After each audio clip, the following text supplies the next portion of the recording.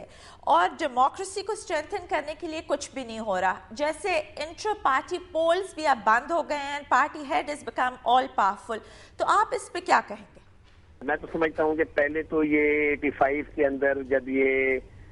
نام داخل کیا گیا ایک پی سی او کے ذریعے, جس کو بعد میں 270A میں تحفظ دیا گیا, جنرل ضیاء الحق صاحب کا اپنا نام ڈالا گیا, نام سے ان کو ایک پروٹیکشن دی گئی. پہلی بات تو ہے کہ میں یہ سمجھتا ہوں کہ اس کا کوئی جواز ہی نہیں تھا کہ جی نام سے ایک پروٹیکشن دی جاتی. اس کے بعد بھی جنرل پرویز مشرف جب انہوں نے ٹیک اوور کیا اور ان کو محسوس ہوا کہ 17 امینڈمنٹ کے ذریعے اور 270AA کے ذریعے جو اپنے اقدامات کو پروٹیکشن دیں, تو انہوں نے بھی ایک لفظ غالباً چیف انسپیکٹر استعمال کیا تھا. تو میں سمجھتا ہوں پہلی بات تو ضرورت ہی نہیں تھی کہ جی جنرل ضیاء الحق کا نام آئین, کیونکہ آئین سے گرد نہیں گھومتا, آئین جو ہے نا وہ انسٹیٹیوشن سے گرد گھومتا ہے. لیکن چونکہ پاکستان میں جو نا 73 کے آئین کے بعد جو نا یہ 2 ڈکٹیٹرشپس آئی, ایک جنرل ضیاء الحق کی اور اس کے بعد جنرل پرویز مشرف کی, تو اس میں یقیناً جو ہے نا وہ ایک آئین سے جو ہے روگردانی کی گئی.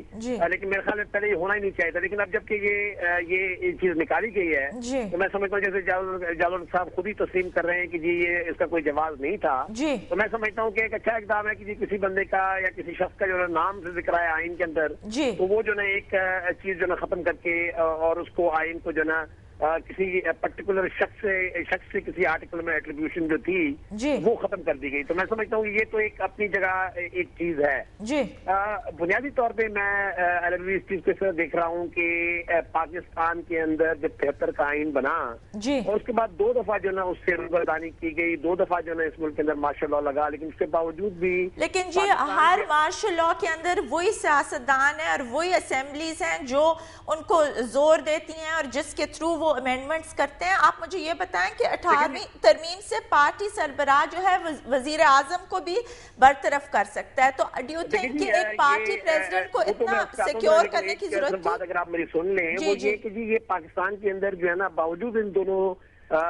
ملٹری پیریڈ کی پاکستان کے عوام کے اندر جو ایک فیڈرل پارلیمنٹری ڈیموکریسی کے لیے جو ایک کریونگ تھی, اور جو 73 کے آئین جو اوریجنل 73 کا آئین ہے اس کے اوپر جو ایک کنسنسس تھا وہ موجود رہا. میں سمجھتا ہوں یہ آج اس کی بدولت, اس کنسنسس کی موجودگی کی وجہ سے اور پاکستان کے عوام کے اندر جو ایک وفاقی پارلیمانی جمہوری نظام کا جو ایک تصور ہے اس کو سامنے رکھتے ہوئے یہ 18ویں ترمیم کرنے کی کوشش کی جا رہی ہے, کیونکہ قومی اسمبلی اس کو پاس کر چکے ہیں, لیکن یقیناً یہ ابھی سینٹ کے اندر بھی آج پیش ہوگی اور اس کے بعد یہاں سے بھی امید کرتے ہیں کہ پاس ہو جائے گی.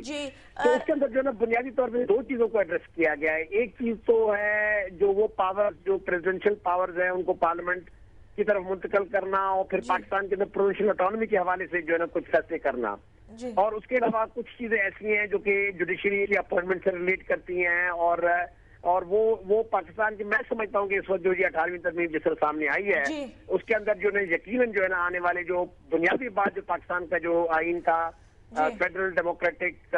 کانسیپٹ ہے اس کو اجاگر کرنے کی کوشش کی گئی. عباسی صاحب ٹائم بہت کم ہے, میں ان دی اینڈ آپ سے یہ پوچھوں گی کہ یہ خیبر پختونخوا کے نام سے مزید صوبوں کی بحث کا آغاز ہو گیا ہے, تو آپ اس کو کیسے دیکھتے ہیں؟